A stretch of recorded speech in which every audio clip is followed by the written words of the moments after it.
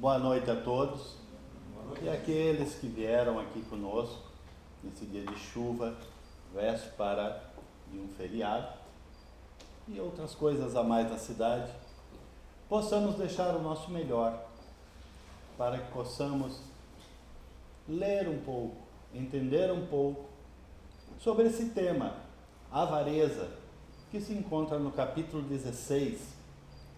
Não podemos servir a Deus e a Mamon. Começamos nosso tema de hoje questionando quanto nós estamos fazendo por nós mesmos, quanto estamos desapegando pouco a pouco dos bens materiais. Porque à medida que a idade avança, vamos dando outras prioridades na nossa vida, vamos construindo outras ideias, filhos criados, os bens, os imóveis, tudo já resolvido, temos nosso carro, nossa casa, nosso plano de saúde, e assim vamos levando a nossa vida. E passamos a projetar sobre os outros, os nossos outros, filhos, netos ou agregados, esposa. E sempre nessa roda de evolução, nessa roda viva da busca na solidez financeira e outros bens. Muitas vezes, poxa, o que me falta hoje? Poxa, me falta a casa na praia, ou trocar o carro, ou quero viajar. E assim vamos estendendo a nossa vida, muitas vezes percebendo o que precisamos, o que necessitamos, de acordo com a nossa visão de vida, o que nos traz conforto, o que nos traz uma vida plena. E às vezes esquecemos muitas vezes de algo muito simples. Será que o que nós temos agora já não nos basta? Já não é hora de dizer, deu, agora vou trabalhar de outra forma, já estou estabilizado financeiramente, socialmente já tenho a minha projeção, sou um bom advogado, sou um bom médico, sou um bom professor, sou um bom pai, um bom servidor público? Devemos nos questionar muitas vezes e refletir. E hoje, com esse tema, vamos tentar refletir um pouco sobre a questão da avareza. A avareza se encontra no item 3 do capítulo 16. A definição de avareza, ela é muito clara para muitos. É sinônimo de ganância, é descrito como o apego excessivo e descontrolado pelos bens materiais e pelo dinheiro, priorizando acima de tudo. Só aqui já temos um pouco da nossa vida. Porque quantos de nós já não trabalhou 12, 18 horas, segundas a segundas-feiras, esquecendo aniversários de filhos, aniversário de casamento, compromissos outros, apenas para se manter trabalhando e tendo o ganho financeiro. E quando isso vira uma doença, quando isso começa a dar prioridade na nossa vida, essa busca incessante financeira, ou por bens, a coisa começa a ficar diferenciada para aquela pessoa, que é sempre com os outros, né? Poxa, o outro só quer para ele, só quer ganhar o dinheiro, a gente pede emprestado, nunca tem, pede um auxílio, nunca tem, a gente pede um favor, nunca pode, porque está trabalhando, é sempre ausente. Os filhos reclamam a ausência, os parentes ligam ou mandam e-mail e dizem assim, poxa, não te vi mais, onde é que você está? Ah, estou trabalhando. E a desculpa é essa, estou trabalhando. Mas lá dentro dessa pessoa, o que é que ela está vivenciando? Que compromisso ela assumiu? Ela está construindo um compromisso para com os bens que ele pretende acumular? Ou ele realmente está dedicado a uma causa que divulgue o bem a ser feito, um trabalho voluntário, ou um profissional da área de saúde realmente centrado e lúcido do trabalho dele, ou daqueles que simplesmente prescreve a receita, não olha para o paciente, passa na secretária e paga a consulta. Muitas vezes temos que refletir e questionar. Como nós estamos interagindo com a nossa vida profissional, com a nossa vida familiar e comigo mesmo? O nosso interior, como é que estamos lidando com tudo isso? Colocamos aqui no cristianismo, a avareza é a vontade exagerada de possuir qualquer coisa.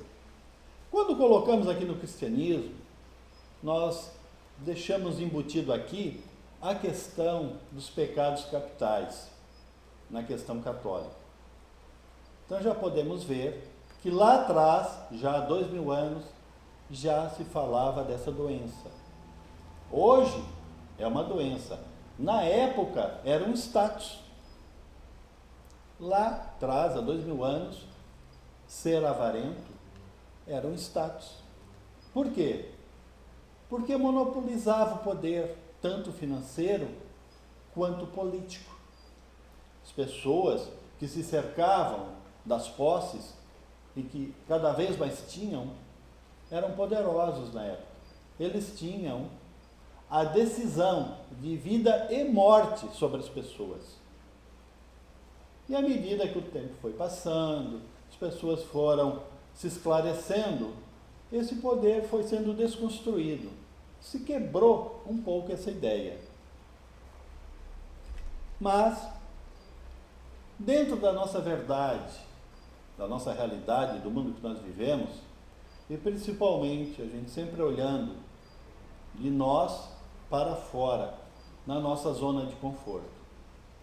A nossa zona de conforto, ela é construída, ou ela parece muito clara, à medida que nós vamos nos projetando, à medida que as nossas habilidades psíquicas, as nossas habilidades adquiridas num banco de escola, vão sendo expressivas. O engenheiro, o médico, o advogado, o professor, ou qualquer outro que passe pelo banco de escola e adquira conhecimento. Quando ele traz isso para a vida dele, ele diz, poxa, isso realmente me faz bem pessoalmente, mas eu vou ganhar dinheiro com isso. Então ele vai ser um médico, um engenheiro, voltado ao ganho, a ganhar o dinheiro, a ter a posse, a projeção social. Poxa, eu sou um profissional bem-sucedido, então eu tenho que ter um carro, que ao menos tenha uma marca que expresse que eu cheguei lá. Eu tenho que morar em um bairro que diga que eu realmente cheguei lá. Eu tenho que fazer viagens, aparecer nas revistas e jornais. Poxa, viajei para o exterior. E assim ele vai levando essa ideia de projeção social, ou através da profissão dele, ou através da busca que ele faz em ter esse poder, essa projeção junto com ele. E muitas vezes, essas pessoas, e por que não nós, vivemos enredados, gradeados na nossa sociedade. Porque quando entramos nesse jogo de vaidades, nesse jogo de projeção social, muitas vezes a nossa moral é engessada. Nós passamos a ver mais o respeito ao quem nós somos, não ao que podemos ser. Se eu já tenho uma projeção social, eu não vou querer descer. E não vou querer fazer menos do que já estou fazendo.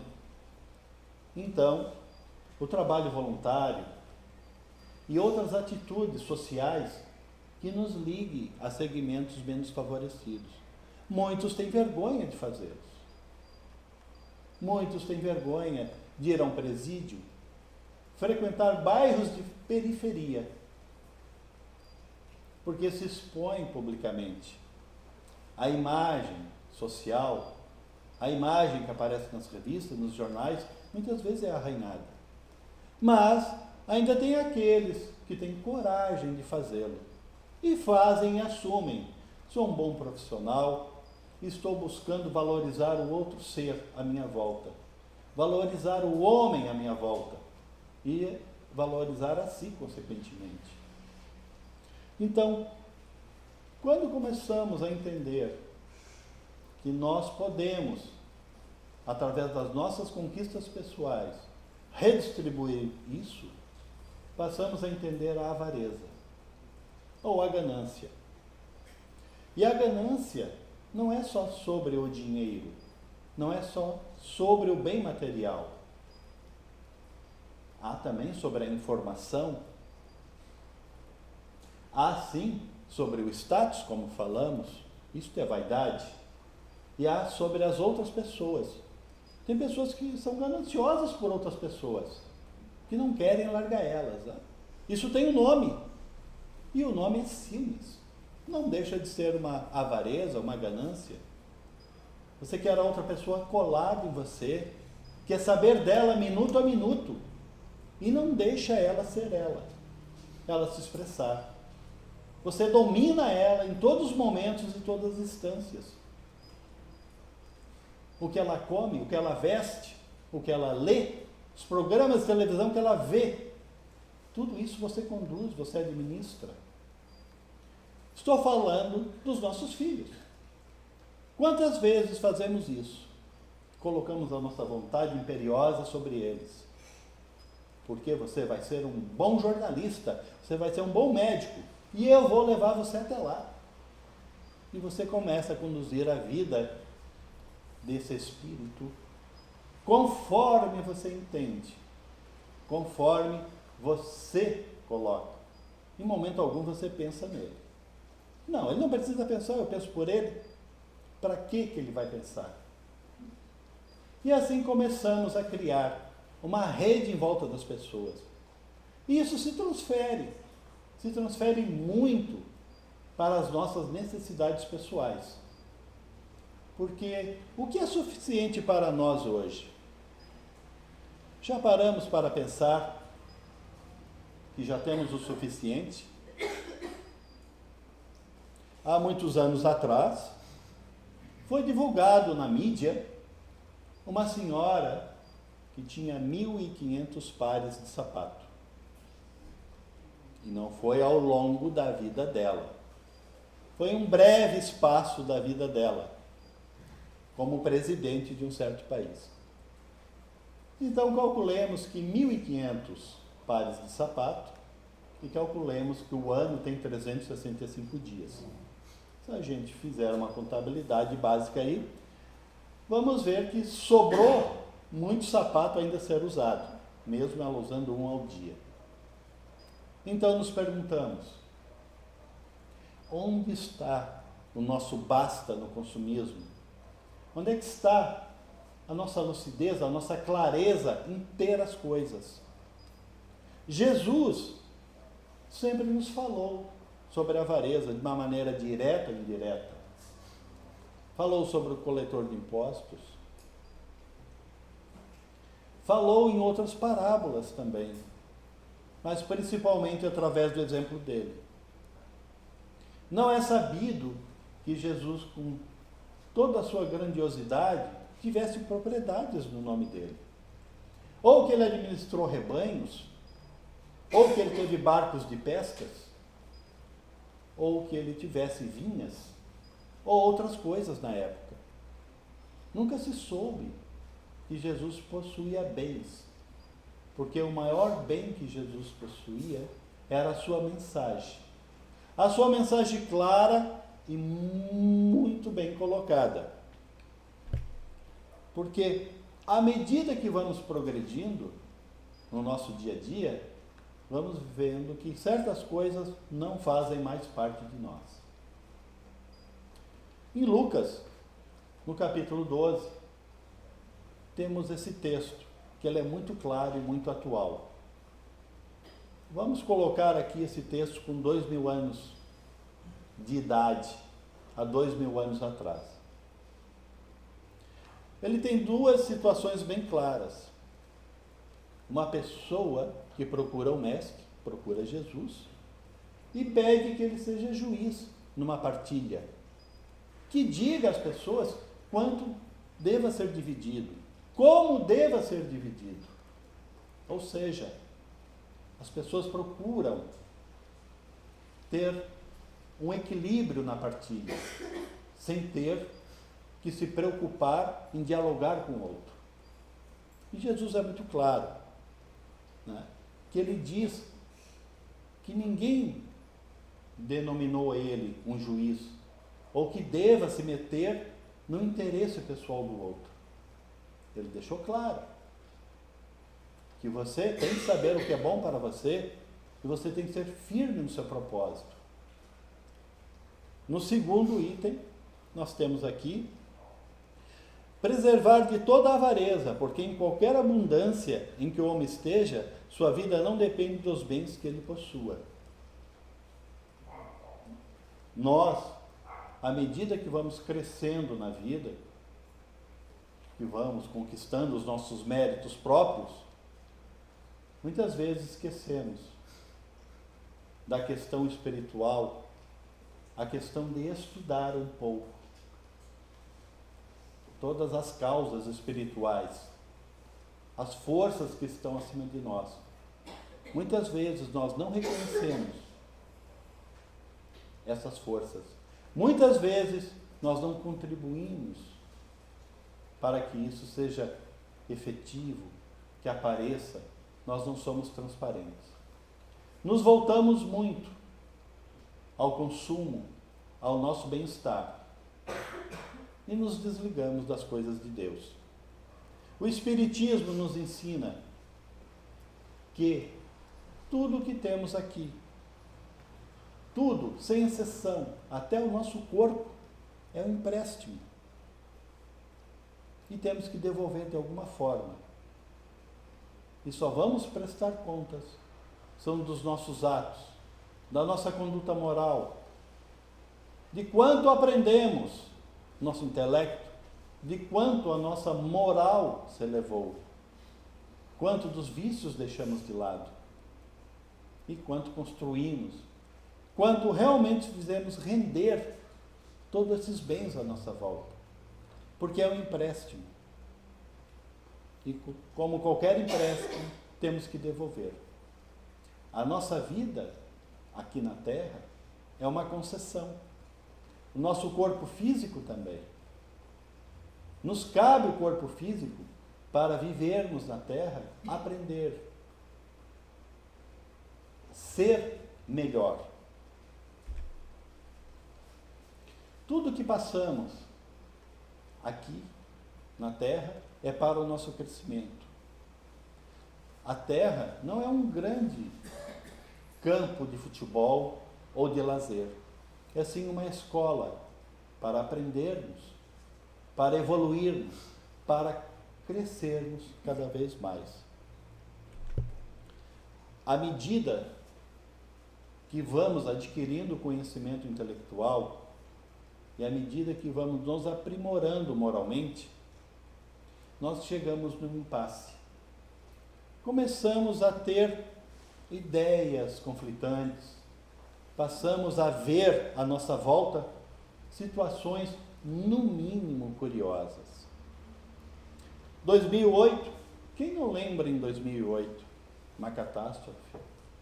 Blumenau foi a primeira, numa fieira de eventos ambientais, que destruiu do Brasil de baixo para cima, até a Bahia. E nós fomos, por assim dizer, privilegiados, porque fomos os primeiros a sofrer o impacto ambiental. Chuvas, deslizamentos, sem água, sem energia, sem comida. Muitos perderam até suas terras, suas posses, porque simplesmente a água dissolveu e levou. E lá ficou um buraco. E ele apenas com a roupa do corpo. E ele dependia da caridade pública, dependia do auxílio dos outros. E o auxílio veio. Várias pessoas vieram a Blumenau e trouxeram o auxílio de alguma forma.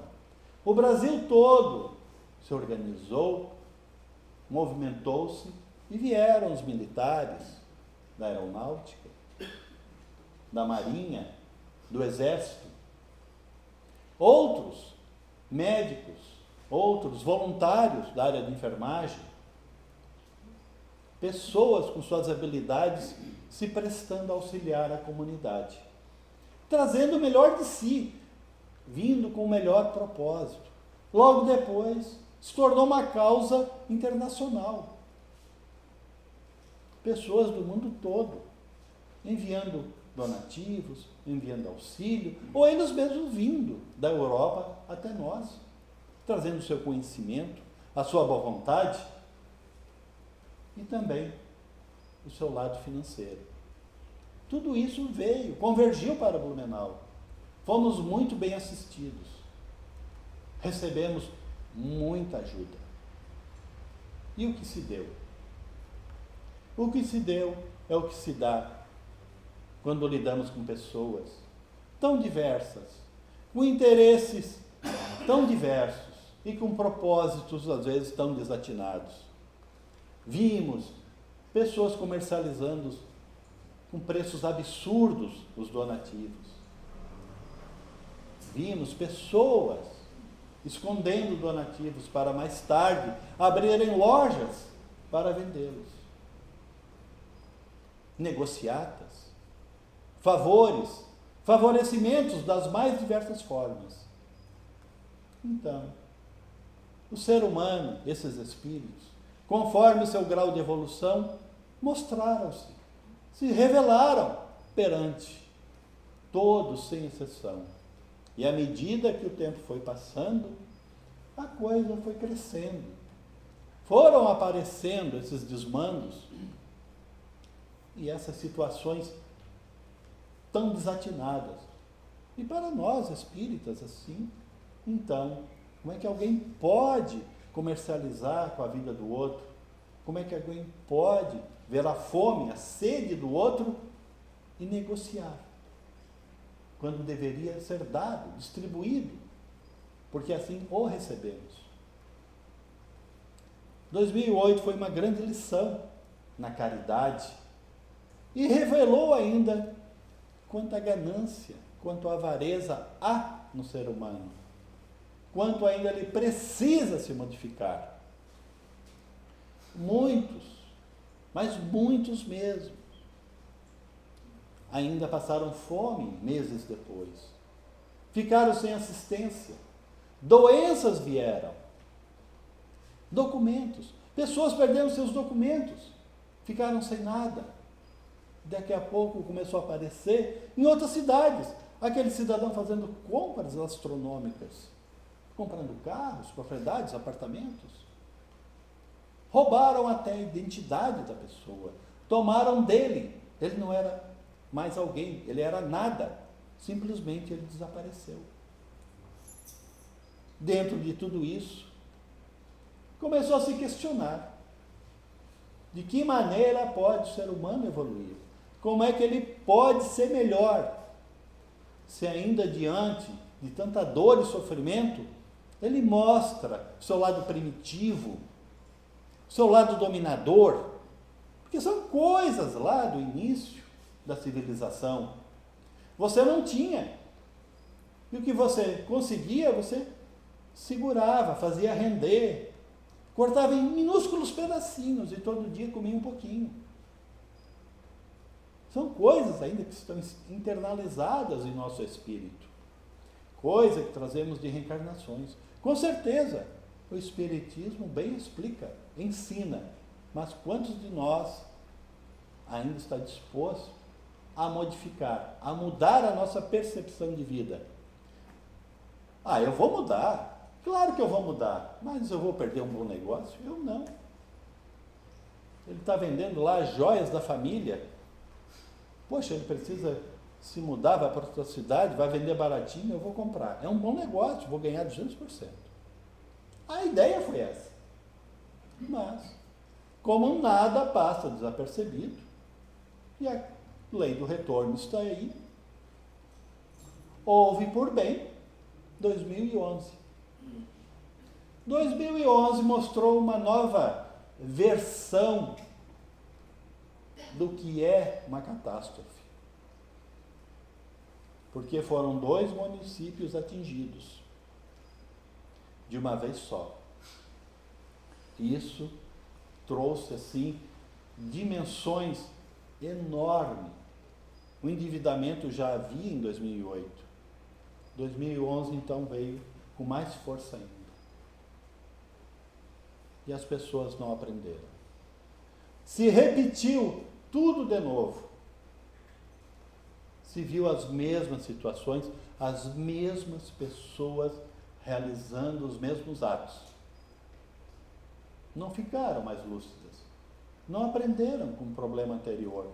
Pelo contrário, ficaram mais espertas, ficaram mais rápidas, que já sabiam como fazer. E o endividamento aumentou. Tanto para aquele, como a dívida dos outros. Financeira, porque tinham tudo. Perderam tudo. Construíram de novo e perderam de novo. E assim aconteceu por 2 vezes num espaço muito curto de tempo.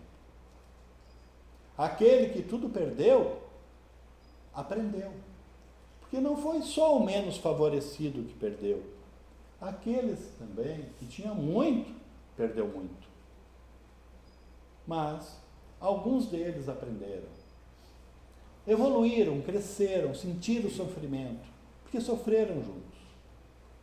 Porque a grande realização pessoal é quando nos damos conta que algo lá dentro que grita e a gente tenta abafar, fecha os ouvidos,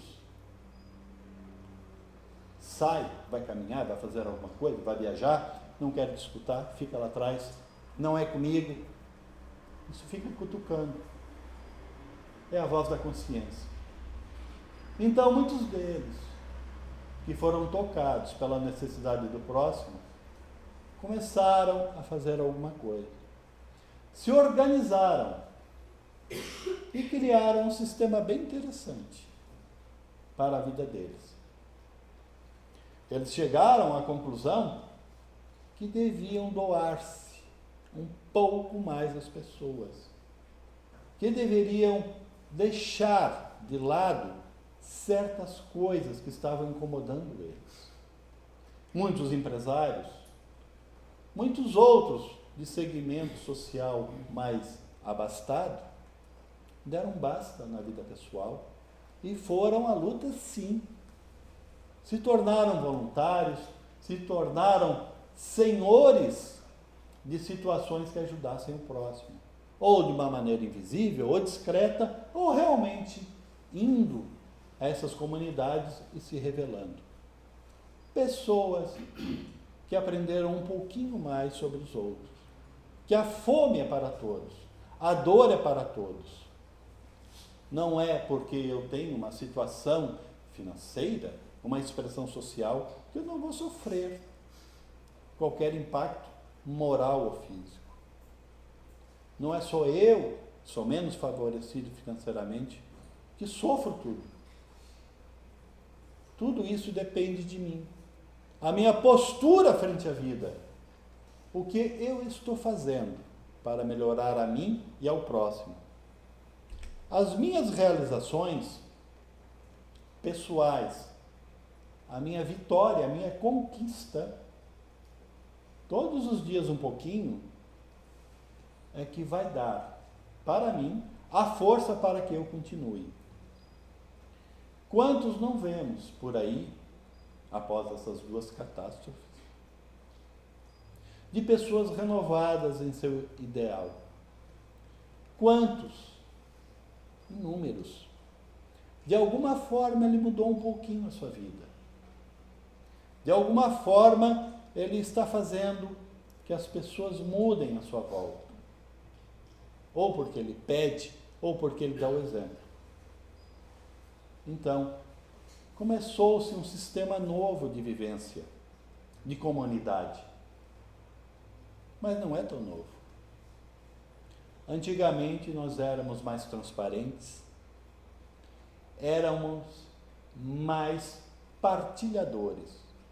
Quem não lembra no colégio, em épocas difíceis, era a folha de caderno, era o lápis, era o lanche, tudo era dividido. Poderíamos dizer que quase se vivia numa comunidade única. Tudo era de todos. Os nossos índios trabalham assim, né, nesse sistema. Mas um detalhe muito curioso é que muitos anos atrás as famílias eram numerosas em relação a hoje. 5, 6, 12, 18 filhos. Para os padrões de hoje, isso seria um absurdo. Uma grande quantidade de pessoas juntas, vivendo sob o mesmo teto e partilhando as mesmas situações. Mas naquela época, as coisas eram mais simples. E havia algumas curiosidades, como aquela família que tinha 6, 8 filhos, os meninos e as meninas, e se colocavam a estudar em 2 turnos na escola. Alguns de manhã e alguns à tarde. O que acontecia? Os da manhã iam para a escola e não podiam sujar o uniforme, de jeito nenhum. Porque tinha que chegar à tarde, tirar o uniforme, entregar para o irmão vestir e ir para a escola. Funcionava assim. Uma realidade. Hoje é duro, mas na época não era. Porque o espírito comunitário era maior. A realização não era pessoal, era por equipe. Todos se sentiam unidos e irmanados na partilha do bem. Hoje, as famílias têm 1, 2, e aqueles que fazem trabalho de sacrifício têm 3 filhos. E dizem, vou educá-lo o melhor que posso. De manhã na creche, de tarde em habilidades especiais, aí põe música, natação, etc, tal, né? De segunda a sexta, ou seja, terceiriza o filho, entrega a cuidados de outros. Comum, hoje é comum. E chega lá a criança com 5 anos, 6 anos, assim, olha, meu filho, ou minha filha com 6 anos, sabe ler, escrever, navega na internet, já começou em inglês, dança, toca um instrumento musical. Aí você vai falar com a criança, longe dos pais, e pergunta, o que você quer mais nesse momento, criança? Ela olha para você sem sorriso, porque já não está mais sorrindo, porque a alma já está amadurecendo muito rápido. Chega e diz, eu só gostaria de andar com meus amigos na rua, só isso. Mas não pode. Você vai andar na rua, tem assalto, tem cachorro solto, e tem isso, e tem aquilo. Eu não pode. Você cria a criança no não pode. Coloca ela dentro de uma redoma, chaveia e ainda para garantir põe dentro do cofre. Ótimo. É nossa posse? Parece que sim. Estou pagando a minha posse. Paguei. Estou pagando a escola, estou pagando isso, aquilo. É minha posse, é minha propriedade. E a criança nasce com isso. Nasce sentindo ser um objeto de negociação. Porque quando ocorre a problemática lá dentro do lar, o que ocorre? Qual é o fato? Partilha. Aí todo mundo lembra de partilhar, né? O que tu tem, metade é meu. E conforme o filho vem comigo, porque a pensão vem atrás. A ganância. O sistema econômico que nós temos. As pessoas têm preço, estão à venda. E sua moral também. Porque quem se sujeita a ter um preço, ou coloca um preço a si, vendeu a sua moral. A espiritualização, a realização que constrói o amor e a vivência única na partilha, ela mostra que a pessoa tem um preço, sim. Mas é um preço que é muito longe da realidade financeira, que é a valoração que ela se dá para a próxima encarnação. Tudo que estamos fazendo hoje aqui, levamos para a pátria espiritual. E depois, chegando à pátria espiritual, temos que prestar conta. E as nossas realizações, muitas vezes, não são tão boas. Aí você volta para a escola, no plano espiritual, diz assim, olha, vamos aprender de novo, vamos repetir tudo de novo. Como é que devemos nos comportar em sociedade? Quais são as leis que devemos obedecer? E vamos repetir no plano espiritual para entendermos que temos que voltar ao planeta Terra de uma maneira que seja doloroso, muitas vezes, o aprender. Construímos para nós? Sim. Não mediamos nada demais. Não trazemos nada demais para nós. Porque a riqueza, a pobreza, a miséria, a dor, o sofrimento é para todos. Não podemos dizer que a sua dor é maior que a minha, ou a minha é maior que a sua. Eu não tenho máquinas, eu não tenho instrumento algum para medir isso aí. Nenhum médico, nenhum advogado, nenhum sociólogo, nenhum psicólogo ou psiquiatra vai dizer isso. A tua dor é maior que a do teu irmão, ou a tua dor é menor do que a do teu vizinho. Porque as causas morais da nossa dor, a dor moral, a dor física, são direitos nossos, são direitos adquiridos. O que nós fizemos no passado, estamos agora pagando. Estamos simplesmente recebendo o retorno. Quando deixamos os valores espirituais de lado e passamos para o mundo terrestre e a lutar pelo bem terreno, passamos a duvidar muitas vezes da presença de Deus, da presença de bons espíritos a nos guiar. As realizações pessoais, muitas vezes, elas acontecem de um momento para outro. Muitos dizem, puxa, me deu uma ideia, me deu um estalo, fui lá e fiz, e me dei bem. Ou, eu estava viajando, entrei lá naquele local, naquela loja, e uma voz, assim, parece que do nada me disse, entra lá e compra aquele bilhete. E ganhei na loteria, e estou muito bem.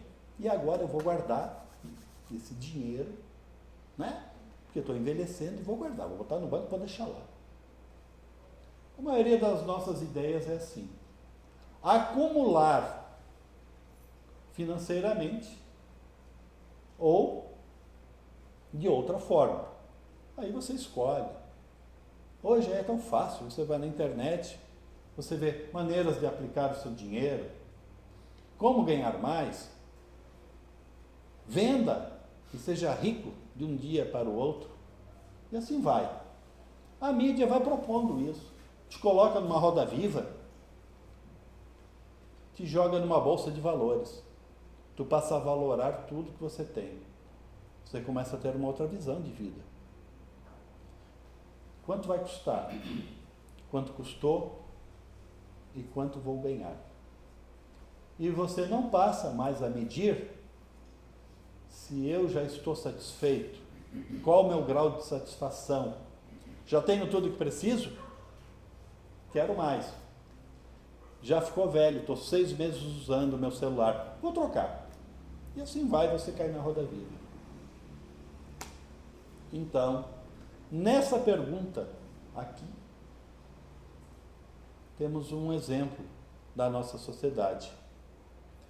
Por que então que nem todos são ricos? Ou a maioria é pobre, ou tem uma minoria rica. Porque primeiro vamos conceituar riqueza. Hoje em dia o que seria riqueza? O que é ser rico? É sabido que aqui na nossa região, próximo às praias, tem um condomínio.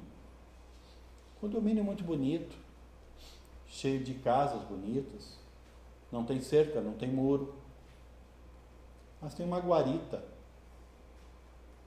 toda esfumaçada, câmaras de vídeo, para que você entre lá nesse local, você para seu carro, você desce, você é fotografado, pega os seus documentos, né? Fotografam também, inspecionam o seu carro, fazem algumas perguntas para você, você assina um documento, e se você ler com atenção aquele documento, diz assim: você entrando aqui, risco teu, não assumimos nada.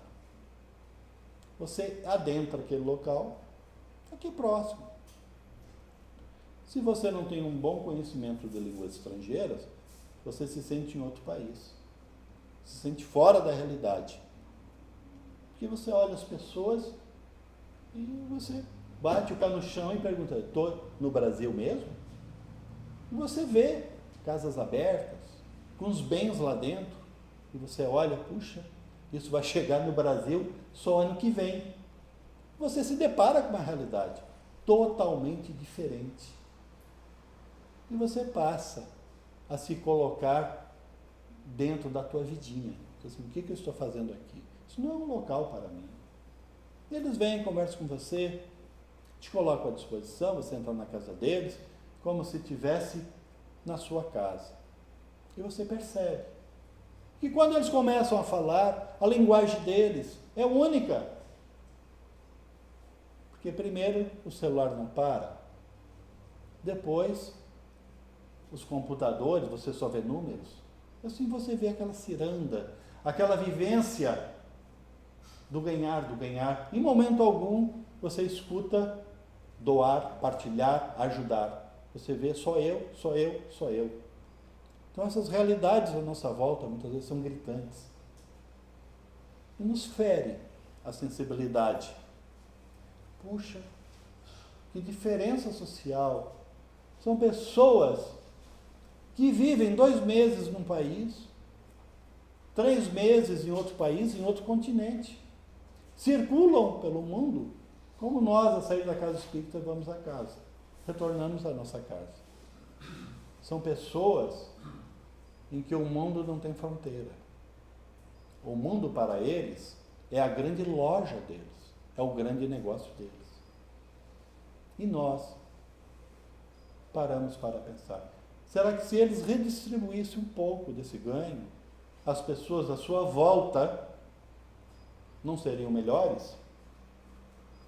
Em resposta, alguns dizem: já investimos em educação, já montamos escolas, já demos muita bolsa de estudo.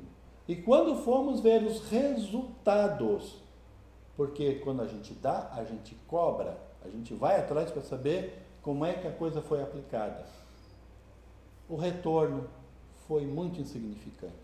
As pessoas se deparando com aqueles valores, com aquela situação, acharam que aquilo era para lazer e dissiparam e não se melhoraram. Crianças que deviam estar na escola, os pais simplesmente retiveram a bolsa de estudo e deixaram a criança sem orientação. Outras ONGs, na qual colocamos investimentos, simplesmente eram de papel. Então as coisas vão aparecendo. É como falamos, 2008, 2011, revelou muito do ser humano. Então, por que é que nem todos são ricos?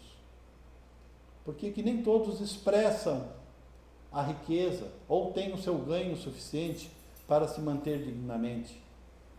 Ter dignidade e viver numa sociedade é ter dinheiro? Ou ter uma responsabilidade e assumir que você pode fazer a diferença? Então a resposta é que eles não são igualmente inteligentes, ativos e laboriosos para adquirir, nem moderados e previdentes para conservar. É claro aqui o recado. Se eu ganhei, é de graça mesmo, eu vou gastar.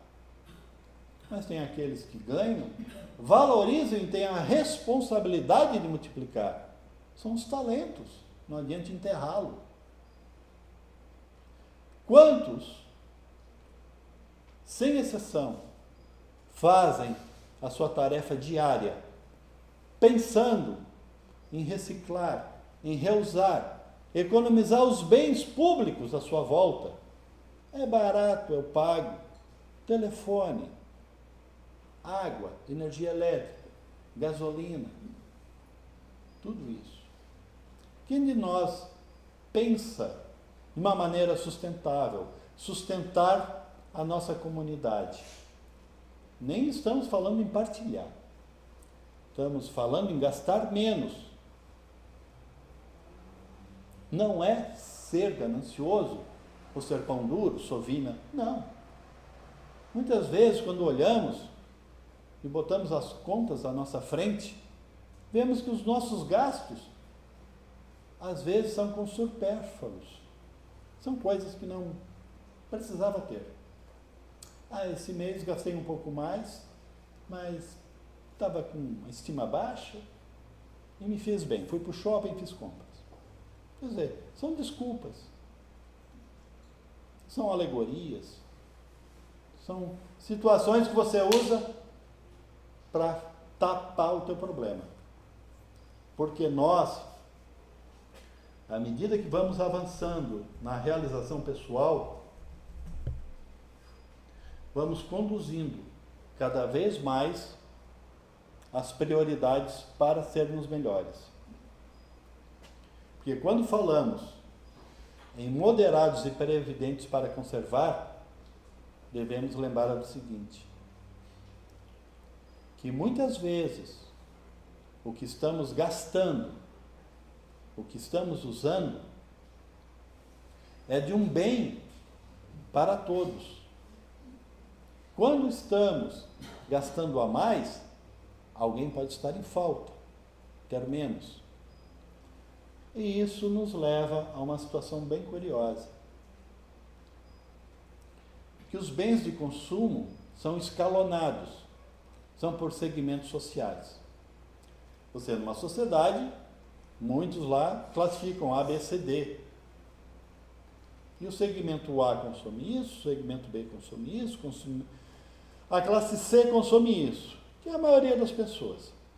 Aí você vai lá, empresário, diz assim, não, eu tenho um produto para a classe C. Não é barato, mas não é caro. Vai fazer a diferença. E eu produzo aquele bem e coloco à venda. Pessoas vão querer comprar, porque a mídia manipula aquilo dentro de você, né? Chamado necessidade. Que na verdade não é uma necessidade. Muitas vezes é uma vaidade. Você vai lá e corre e compra. Só que eles são muito inteligentes. Eles sabem que tem 25 mil pessoas para comprar. O que eles fazem? Colocam 15 mil itens à venda. Vai faltar. O que as pessoas fazem? Vou comprar 4. Por quê? Fico com um, os 3 eu vendo mais caro, superfaturado, e pago o meu. Essa é a ideia de negócio. Assim funciona o comércio. Você pega do lugar com preço, leva para outro e encarece o produto. Os atravessadores. E no plano espiritual, a coisa é diferente. A visão de cima para baixo é muito diferente. De cima para baixo, com certeza. Os bons espíritos esperam que a coisa seja diferente. É que você seja laborioso, que você seja inteligente para produzir um bem de consumo e barateá-lo para que todos o tenham. A educação, a saúde, a mobilidade urbana. Como é que você anda dentro da sua cidade? Eu não vou de ônibus, vou comprar um carro. Mas o outro também. Aí você vê um monte de carro com uma pessoa dentro. Aí você começa a questionar. A quem interessa isso? Assim, bem, mas eu tenho meu carro, mas... Poxa, lá em casa, eu tenho um horário. Aí compra outro carro e dá para ele. Quer dizer, na mesma família, 2 carros. Então você vai multiplicando. Vai consumindo. E você não para partilhar, ou para entender que lá no passado, por causa da necessidade, um bem era partilhado por vários. Os índios, algumas tribos sabem perfeitamente a época de caça e de pesca. caçam e pescam o necessário. E sabem quem é o macho, quem é a fêmea. Caçam mais machos do que fêmea, porque sabem que a fêmea tem que reproduzir e dar continuidade. Muitos pescadores hoje lançam suas redes e não importa o que vem na rede. Caiu na rede é peixe, é negócio. Então, a nossa visão muitas vezes é distorcida. O que nós precisamos, o que nós queremos e o que é necessário. O que nós precisamos é uma coisa, o que é necessário é outra. Por isso, as leis de Deus são claras e para todos. Você tem o que precisa ter. Não adianta reclamar. Você pediu. Mas como que eu pedi uma doença dessa? Estou aí no fundo de cama, 3 anos sem poder andar, estou na mão dos outros. Me falta dinheiro.